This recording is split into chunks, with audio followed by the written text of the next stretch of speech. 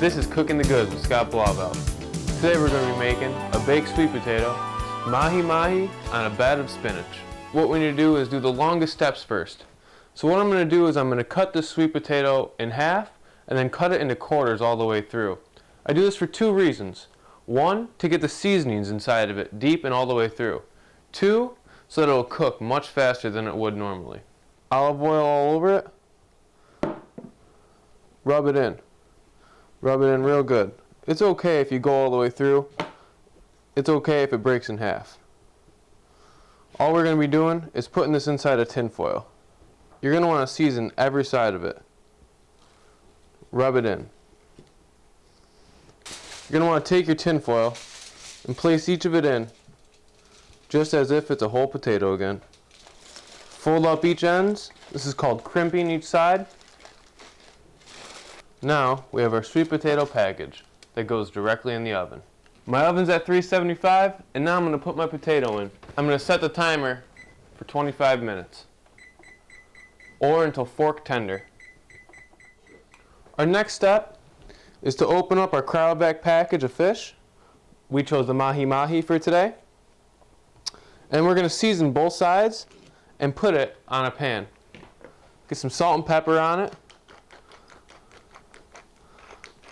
I prefer coarse sea salt and fresh ground pepper.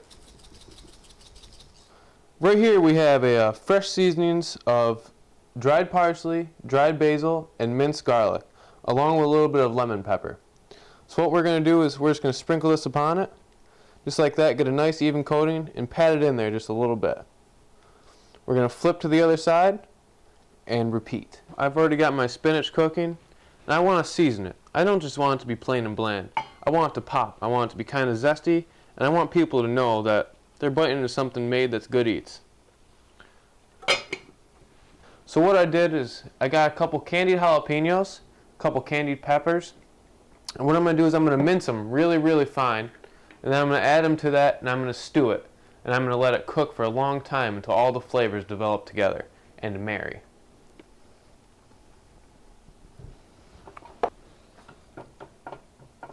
Close that lid and let it sit. As I'm going to prep my onions to get a nice base of flavor for my mahi-mahi. What we're going to do is we're going to cut them lengthwise all the way across until you get to the very end of the onion. This part, no good. Now, I've already heated my pan, so I'm going to take my full onion, sliced in long pieces, and I'm going to put them in. Hopefully we get that nice sizzle that we've been looking for. There we go. We're going to strain this spinach and this candied jalapeno out. It's married already. You can smell the aroma all throughout the house. And you can even see the bits of jalapenos in there. Now that it's strained full of water, we're just going to put it back in there and let it sit.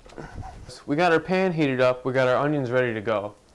And we're going to pan fry this mahi-mahi on each side until it's golden brown and finished.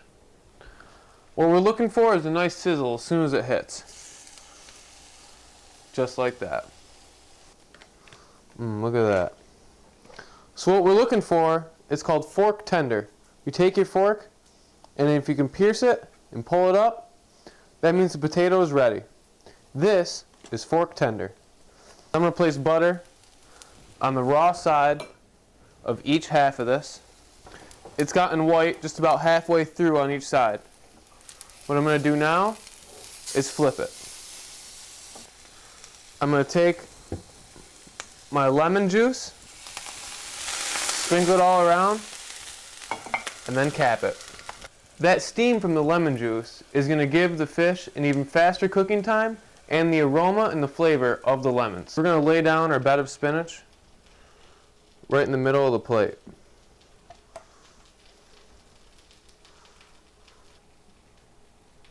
Take our baked potato slices, set them up nice, prim and proper. And we're going to take our mahi-mahi, put it right over it. And that's Cooking the Goods with Scott Blauvelt.